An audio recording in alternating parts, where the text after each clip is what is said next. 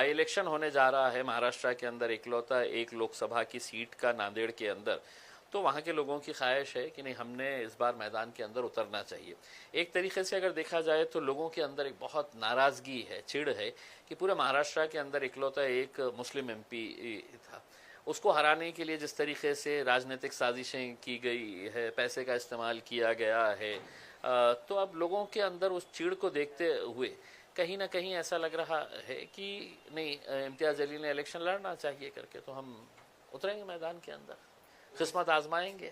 दो ही चीज़ हो सकती है, या तो आप हारते हैं या जीतते हैं, देखेंगे। ओवैसी साहब ने आप पर भरोसा रखकर आपके ऊपर ही सौंपा है कि आप कहाँ से लड़ेंगे, तो आपने वही माहौल क्यों चुनाया, वही विधानसभा का गढ़ क्यों चुना? देखिए, लोकसभा की एक ही बाई इलेक्शन की सीट आई है, वहाँ के जो सिटिंग एमपी है उनकी डेथ के बाद ये बाई इलेक्शन होने जा रहा है। अगर कोई और उससे बेहतर अगर होती कॉन्स्टिट्यूएंसी तो वहाँ पर विचार करे होते, लेकिन चूंकि इकलौती एक सीट है, और जैसा मैंने आपको बताया है कि मजलिस का और नांदेड़ का एक बहुत पुराना रिश्ता रहा है, हमारा बहुत अच्छा ऑर्गेनाइजेशन सेटअप है वहाँ पर, तो हमने नांदेड़ के अंदर जाने का फैसला किए है। आप और जरांगे की मीटिंग हुई थी, वहाँ पर कुछ अहम मुद्दों पे चर्चा हुई, तो कौन से मुद्दे थे और उसके बाद आपने ये ठान लिया कि हमें वहाँ से लड़ना है? देखिए, मैं जरांगे पाटिल साहब से पहली मर्तबा मिला हूँ ऐसा नहीं है। जब उन्होंने अपना आंदोलन शुरू किया था उस वक्त भी मैं उनके गांव गया था। यहाँ पे जब वो एडमिट थे तो 2 मर्तबा मैं हॉस्पिटल जाके उनसे मुलाकात की थी। और इस बार यकीनन जब इलेक्शन के करीब अगर राजनीतिक पार्टी के लोग अगर एक दूसरे से मिलते हैं, जरांगे ने एक बात की थी कि मुस्लिम और मराठा इकट्ठा आएंगे तो सत्ता परिवर्तन हो सकती है। देखिए, जरांगे पाटिल साहब की एक बात मुझे पसंद आई थी, उन्होंने कभी भी मतलब ये नहीं कहा है कि किसी एक जात के ऊपर, उन्होंने कहा कि हम जात और धर्म के ऊपर उठकर हम सभी लोगों को समाविष्ट करना चाहते हैं, जिन जिन लोगों के साथ नाइंसाफ़ी हुई है करके उसमें। और एक अच्छी बात यह है कि जैसा मैं जरांगे पाटिल साहब के बारे में यही कहूँगा कि देखिए, एक समाज, किसी एक मामूली सा आदमी, एक सादा सा आदमी गाँव का उसके पीछे अगर जा रहा है तो कहीं ना कहीं उसकी जो प्रामाणिकता है अपने समाज के प्रति, इस वजह से पूरा समाज एक आवाज़ के ऊपर उठ के उसके पीछे जा रहा है।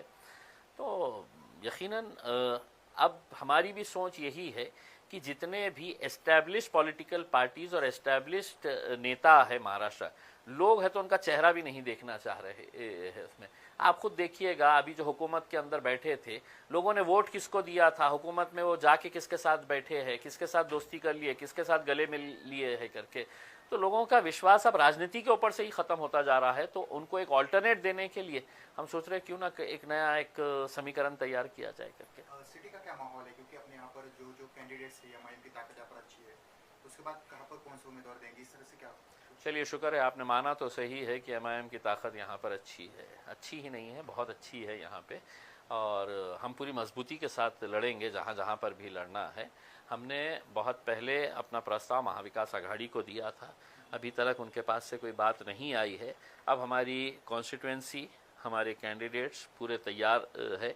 अब हम इंतज़ार कर रहे हैं, या तो आप साफ तरीके से बोल दे हाँ या ना। हाँ बोले तो भी हमारी स्ट्रेटजी तैयार है, ना बोले तो भी हमारी, आप अपनी ताकत दिखाना, फिर हम हमारी ताकत दिखाएंगे। पूर्व मध्य से कुछ नाम सामने आ सकते हैं आपकी तरफ से? हाँ, पूर्व मध्य से आएंगे ना, बहुत सारे लोगों ने फॉर्म भरे हैं, बेहिसाब लोगों ने फॉर्म भरे हैं, उसमें से किसी एक का नंबर लगेगा उसमें।